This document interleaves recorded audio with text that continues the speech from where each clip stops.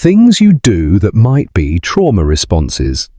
Let's get started straight now. Number 9. Addicted to getting away. Your brain may be trying to get away from something you don't even know is there. Dr. Gabor Mate argues the fundamental question isn't why the addiction, but why the misery. Trauma may make your brain feel like a smoke alarm that won't stop ringing, and you'll do anything to make it stop. A stressed brain looks for something to turn it off, and it may be anything, not just drugs. A lot of the time, it's just normal things. The rush of dopamine from likes on social networking, the zone out that comes from binge watching, the short-lived thrill from shopping online, even working too much until you're too tired to think. Dopamine. The feel-good hormone is released by your brain when you perform these things. Dopamine is a way for the brain to turn off previous suffering. So your brain responds, "That worked. Let's do it again." The bad thing is that the relief doesn't last. The agony that started it all is still there, and the way of dealing with it makes things worse. Debt, problems with health, sleep was ruined. This makes things more stressful, and your stressed brain wants to get away more. It's a trap. Scientists refer to this as trauma stress addiction. It's not a sign of weakness, but your brain's attempt to heal itself is like putting duct tape on a pipe that leaks. Your brain learned this pattern so that it could stay alive. These are old techniques that don't work anymore, and they are trying to shield you with them. 8. Your body remembers. Have you ever had aches that you couldn't explain? Problems with digestion or fatigue so profound that no amount of sleep will solve it. Your body may be reminding you about past wounds that you forgot about. This is somatization, when emotional pain shows up as bodily manifestations. After a threat, wild animals let go of their scared energy. People are trained to be strong, but they don't always do it. So strong survival energy becomes stuck. Our brains keep going, but our bodies are still on high alert. This isn't simply stress, it's energy that is stuck and producing severe problems for the body, like back discomfort that doesn't go away, no X-ray shows, severe headaches, abrupt dizziness, or a racing heart. All testing came back normal, or feeling sick all the time, having cramps and being tired. Like your battery is almost dead. Your pain and tiredness are real. Your body is begging for your attention, carrying a load that is too much to bear, like an alarm that won't stop ringing. This blocked energy puts your body on high alert, making muscles tense, a less strong immune system, and not getting enough sleep. Your body kept track of everything. It might attract your attention by causing you bodily agony. Your body may be talking about prior trauma through your physical ailment. It isn't betraying you. It's attempting to get better. Number 7. Survival mode that makes you fawn. Have you ever said yes when you didn't want to, or changed to fit the person you're with? This level of niceness could be a taught way to be safe. You know what to do. Fight, run, or freeze, but there is a fourth method. Fawn. Think of a small animal that is being hunted by a bigger beast. It can't run or fight. It can be nice sometimes. Wishing the threat goes away for people, especially kids who live in dangerous families. Fawning might be the best way to stay alive. A child learns that putting others first is the safest thing to do, always looking for methods to make them happy, changing to fit the person in control. This doesn't mean you're a doormat. It's an old survival instinct in your brain. Be kind or otherwise. Adult fawning makes it hard to say no, always saying sorry, even if you don't agree. Being responsible for how other people feel. You don't know where your limits are. You can't see your own requirements. The strange thing is, when you were younger, fawning undoubtedly worked great, helping you get through hard times. but a superpower for really dangerous situations becomes your everyday life. Even when the threat is gone, you get stuck trying to make everyone happy, leaving you tired. If this sounds like you, it doesn't mean you're weak. It means you were competent at handling things. The first step is to see this as a natural response. 6. Relationship Groundhog Day. Always date the same kind of person, and the relationship always ends the same way. Your brain is bringing back memories of the bad things that happened to you. It's called the compulsion to repeat. If you had a parent who was hard on you, you can keep falling for partners who are critical. It's not fun. Your brain likes patterns that are familiar to it, even if they hurt. That important partner feels normal, because it fits with what you have done before. It feels strange to be in a healthy relationship. Your mind thinks it can fix things that have already happened. Like your mind is saying, maybe this important person will finally like me. It never works. You're trying to win a game that isn't fair. Freud saw this. People who think they were trying to get over trauma. Modern psychology suggests you're not in charge of anything. You're putting yourself through trauma again. Trauma from the past impacts how you see everything. If you were told you weren't lovable, you'll look for folks who agree with that. Even though it hurts, your brain wears trauma glasses. Taking out healthier options, the mean portion is, this all happens without us knowing it. You could assume it's bad luck in love, but your brain is running an old program. A lot of people don't even know they're stuck, wondering why partnerships feel like they're on repeat. 5. Electric fence that you can't see. Do you ever feel like there is an invisible electric fence around you? Someone goes too near, says something strange, or gives you a strange look, and you have a big reaction.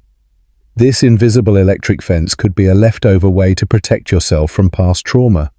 If someone kept invading your personal space or putting you in danger, your brain learnt that regular fences weren't enough.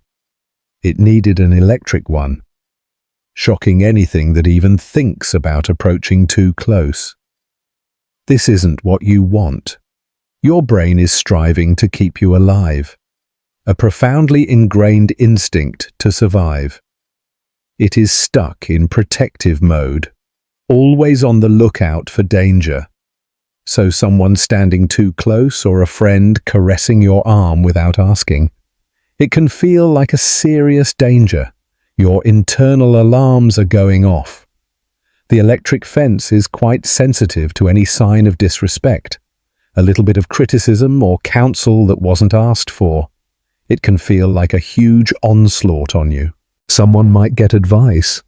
Are you calling me dumb because of what happened before? Criticism may have been a weapon.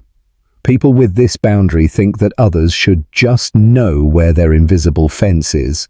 When someone hits it, the reaction is very strong, but the other individual probably didn't know.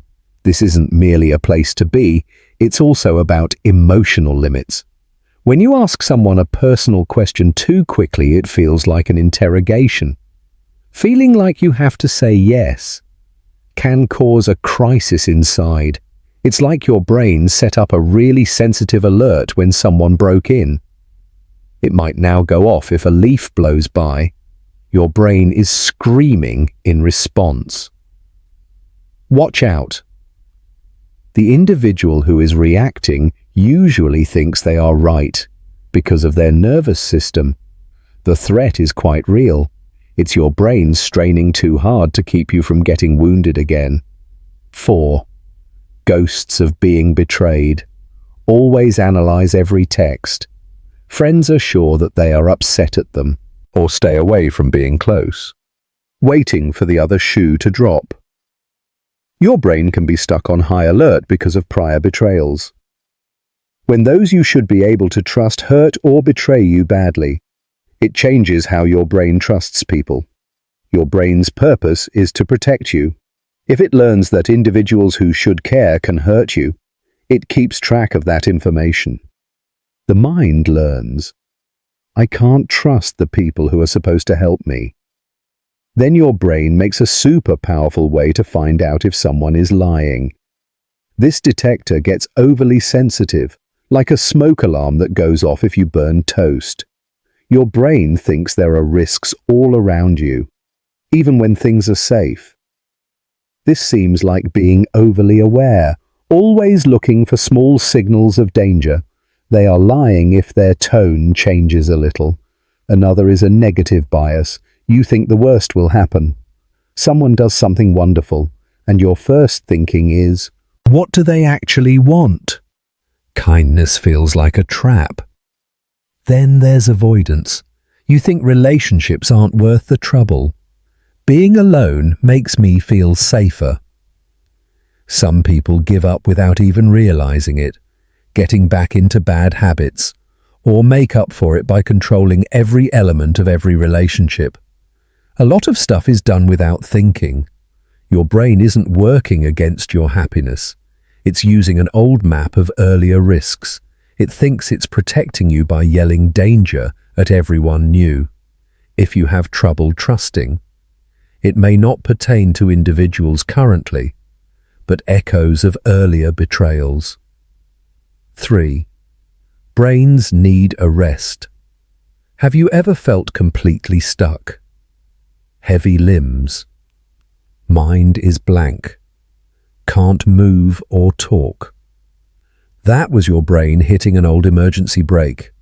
You know what to do when you fight or run. Their less popular sister is freeze. A deer in headlights or a possum playing dead are good examples. Their minds do it. It's a basic instinct for survival. Why not freeze? A long time ago, freezing could help you hide from a predator. If you become limp, it might think you're dead, which could give you a chance to get away. Your brain tells you that fighting or running is a poor decision, so it stops everything on your machine. This can be really scary. Numbness that comes on suddenly. Feeling like you're not in your body. Thoughts that are blank or yelling. But your body won't pay attention. You can't move or talk at all. A lot of the time, people feel quite ashamed. Why didn't I do something? Your brain wouldn't let you do it. This isn't simply for tiger assaults from long ago. It happens when there are accidents, fights, or shocking news. For people who have been hurt in the past, little things can make them freeze up, like not being able to make simple choices or fading out. This is why someone might not fight back when they are attacked, or why a child might not inform someone about abuse. They really couldn't. Your heart beats faster while you're in fight or flight mode, but if you put yourself in a deep freeze, your pulse rate and respiration can drop down. Your body saving energy, pretending to be dead. It can also make you feel like you're not there. That experience of being outside of your body, your brain's extreme approach of protecting you from too much pain. You're not broken or weak if you felt this way. You didn't choose to shut down. Your brain was running an old survival program that thought it was defending you with Stone Age software in a modern world. 2. Not being able to see emotions. Do you ever feel like your feelings are speaking a language you don't understand? Or feel empty when you should feel something big? This could be alexithymia. For some, it's a way for their brains to deal with trauma that was too much for them to handle. Alexithymia is when you can't find the right words to describe your feelings. People who have it don't feel anything, but they have a hard time figuring out how they feel. Like feelings are stuck behind a wall. Something that makes you feel stressed happens. They observe a racing heart or stomachache instead of saying, "I feel anxious." Physical signs. But the emotional tag is gone. They might say, "My stomach hurts, but I do feel dread." They also have a hard time figuring out what other people are feeling. Miss social signals, making relationships hard. People can think they are aloof or chilly, but they are having a hard time dealing with their feelings. Alexithymia can serve as a protective barrier against trauma. If someone, especially a child, has too many powerful experiences, their brain could shut off strong feelings to stay alive. The brain might turn off all feelings if they are too scary, like a circuit breaker that stops overload in an emergency. Children who have been through trauma may shut off feelings that are too difficult to deal with. Their brain makes the agony go away. But this strategy can persist throughout maturity. Some people with alexithymia are quite logical. Their brains put facts ahead of sentiments since they don't have a lot of dream lives. People with alexithymia may feel alone. Imagine wanting to connect but not having the words to do so. If this sounds like you, it's not your fault. It's a response that is often very strong. What the brain did to defend itself when things got too bad. 1. Think of something bad that happens. So awful that your brain has a hard time. Your brain thinks it's all your responsibility in that mess, or the whole world is on fire. These tattoos are not visible. After something bad happens, strong negative thoughts stay in your head. It's like your brain got a sickness that made it hurt. The component that tells you who you are gives you error messages that seem like the truth. These tattoos that you can't see say things like, "I am worthless," or "No one could ever adore me." Maybe I'll never be whole again, or "This is all my fault." These aren't just poor moods, they become your guide. Trauma can damage the portions of your brain that think about you. Your brain becomes stuck on a trauma channel and keeps playing painful thoughts. The worst part is that these beliefs are quite good at hiding. They don't tell you about the lies they told you in the past. They seem real and secretly control a lot of what you do. If your tattoo says, "I am unsafe," you might always be on edge. If it says, "I am unlovable," you can ruin good relationships or choose people who treat you terribly. You know you don't deserve better deep down. If you think "I'm to fault," you might say sorry for everything. Your brain sees the mess these habits make and says, "See, proof." The "I'm unlovable" tattoo gets darker when a relationship fails. It's a bad cycle, a prophecy that comes true. The most important thing is that these tattoos that you can't see are lies. Your brain made up messed up stories to help you get through something bad. They don't tell the truth about you.